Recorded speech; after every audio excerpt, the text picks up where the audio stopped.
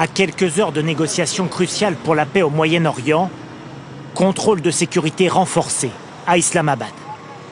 C'est dans cet hôtel de la capitale pakistanaise, où les derniers préparatifs vont bon train, que les pourparlers vont avoir lieu. D'ici ce week-end, et sous l'égide du Premier ministre pakistanais, une délégation américaine composée du vice-président, J.D. Vance, du gendre de Donald Trump, Jared Kushner, et de l'envoyé spécial Witkoff, fera face aux négociateurs iraniens, menés selon toute vraisemblance par Mohamed Ghalibaf. Le nouvel homme fort de la République islamique conditionne néanmoins sa participation aux négociations à l'arrêt des frappes israéliennes au Liban. Le Liban et tous les alliés de l'Iran forment une part inséparable du cessez-le-feu. Toute violation du cessez-le-feu entraînera des coûts importants et de fortes représailles. Des discussions en sursis, et qui, si elles ont lieu, s'annoncent extrêmement difficiles.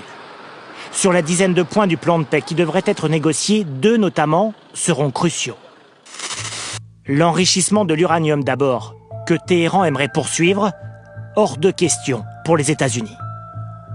Et puis, le détroit d'Ormuz. Ces 36 dernières heures, malgré le cessez-le-feu, seuls 6 navires ont transité par la zone. 20 000 marins et plusieurs centaines de bateaux y sont toujours bloqués. Nous avons joint aujourd'hui le capitaine de l'un d'entre eux. Depuis que le cessez-le-feu a été annoncé, la situation est un peu meilleure.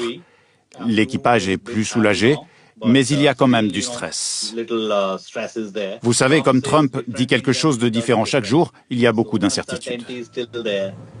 La clé du déblocage du détroit d'Ormuz pourrait être une histoire de gros sous. L'Iran a déjà fait payer plus d'1,5 million d'euros à certains navires transitant par la zone et réfléchirait à rendre cette règle systématique.